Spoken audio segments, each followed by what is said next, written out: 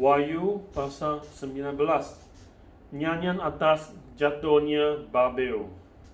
Kemudian daripada itu aku mendengar seperti suara yang nyaring dari himpunan besar orang banyak di surga. Katanya, Haleluya!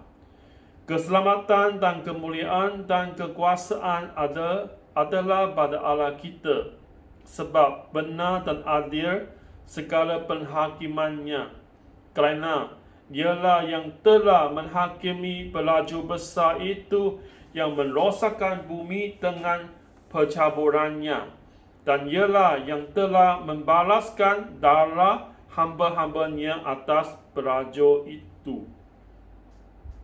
Dan untuk kedua kalinya mereka berkata, Haleluya!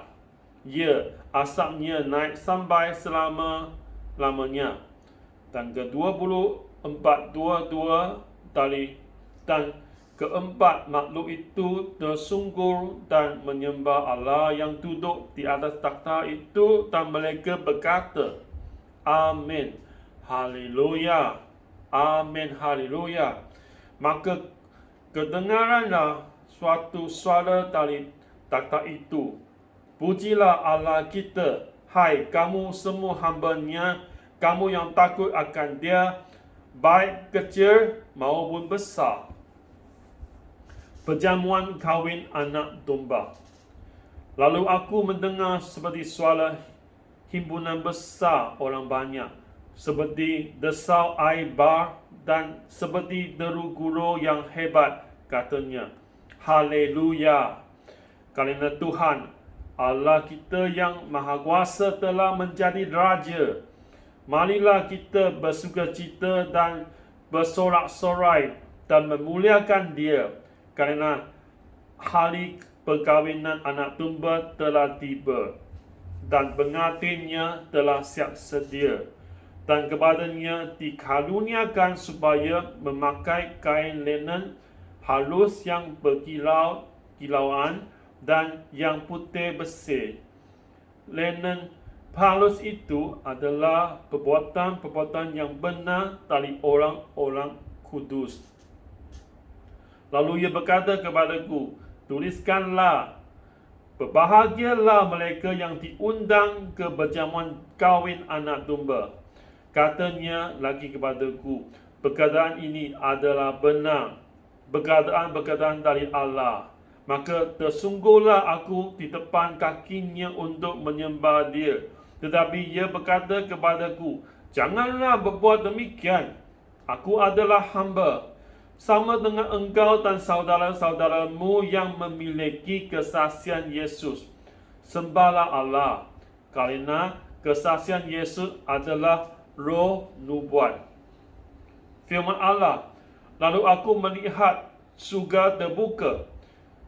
Sesungguhnya ada seekor kuda putih, dan ia yang menungganginya bernama yang setia dan yang benar. Ia menghakimi dan berperang dengan adil, dan matanya bagaikan nyala api, dan di atas kepalanya terdapat banyak mahkota, dan padanya ada tertulis suatu nama yang tidak diketahui seorang pun kecuali ia sendiri.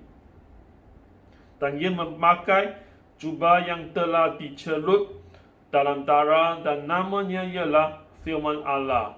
Dan semua pasukan yang di surga mengikuti dia. Mereka menunggang kuda putih dan memakai linen halus yang putih bersih.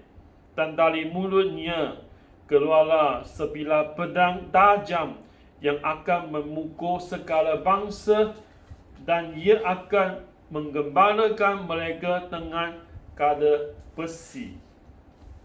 Dan ia akan memeras anggur dalam kilangan anggur, iaitu kegeraman muka Allah yang Maha Kuasa. Dan pada jubahnya dan pahanya tertulis satu nama, iaitu Raja segala raja dan Tuhan di atas segala Tuhan. Binatang serta nabinya dikalahkan. Lalu aku melihat seorang malaikat berdiri di dalam matahari dan ia berseru dengan suara nyaring kepada semua burung yang terbang di langit, di tengah langit. Katanya, marilah ke sini dan berkumpullah untuk turut dalam perjamuan Allah, perjamuan yang besar, supaya kamu makan daging semua raja dan daging semua panglima dan daging semua pahlawan dan daging semua kuda dan daging semua penunggangnya dan daging semua orang, baik yang merdeka maupun hamba, baik yang kecil maupun yang besar. Dan aku melihat binatang itu dan raja-raja di bumi serta tentera-tentera mereka telah berkumpul untuk melakukan peperangan melawan penunggang kuda itu dan tenteranya. Maka tertangkaplah binatang itu dan bersama-sama dengan dia nabi palsu yang telah mengatakan tanda-tanda di depan matanya, dan dengan demikian ia menyesatkan mereka yang telah menerima tanda dari binatang itu, yang telah menyembah patungnya. Keduanya dilemparkan hidup-hidup ke dalam lautan api yang menyala-nyala oleh belelang, dan semua orang lain dibunuh dengan pedang yang keluar dari mulut penunggang kuda itu, dan semua burung kenyang oleh daging mereka. Inilah firman Allah. Amin. Haleluya. Amin.